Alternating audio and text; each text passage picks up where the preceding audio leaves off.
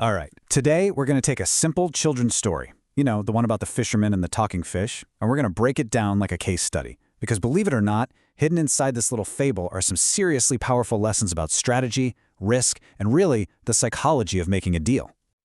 So what this whole story really boils down to is a choice. A choice we all face, right?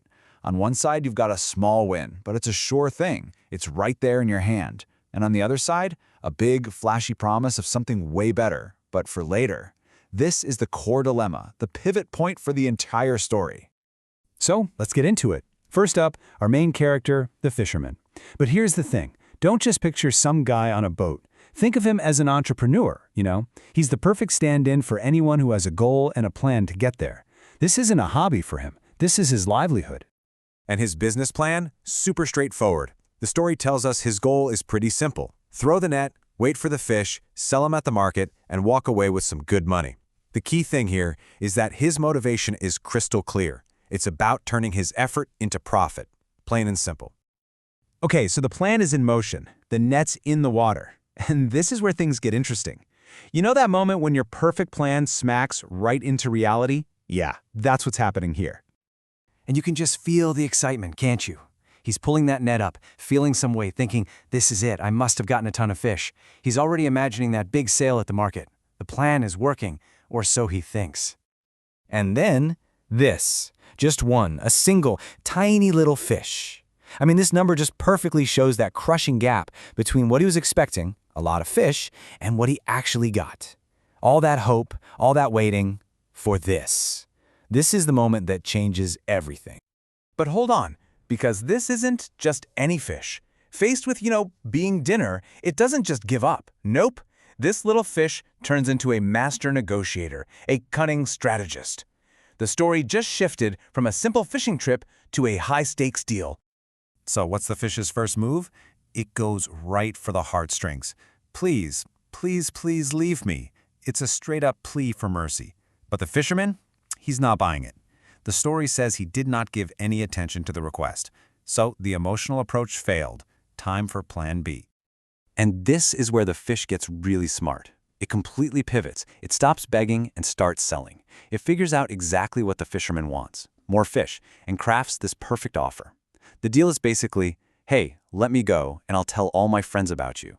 You come back tomorrow and your net will be overflowing. It's a genius move, right?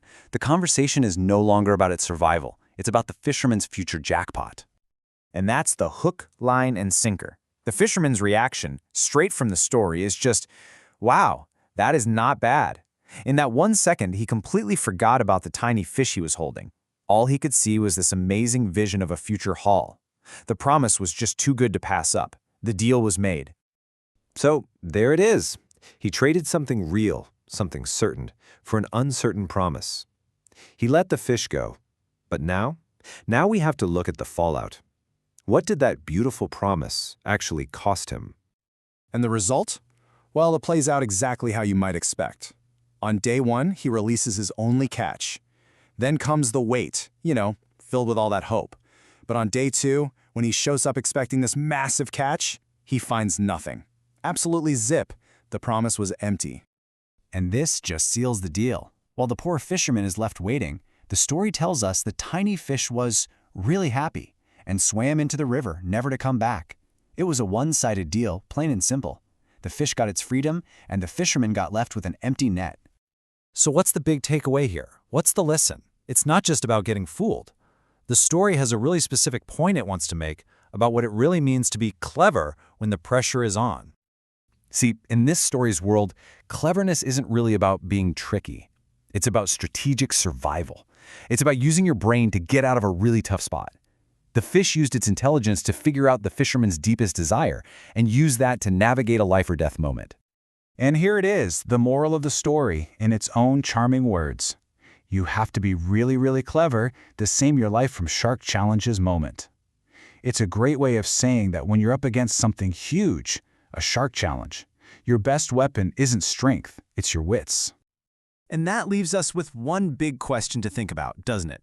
The fisherman got so swept up in the vision of tomorrow's big catch that he lost sight of the real, actual value he had today. So the question for all of us is, in a world that's always selling us on bigger, better futures, how do we get good at measuring the true value of the small, certain thing that's right here, right now?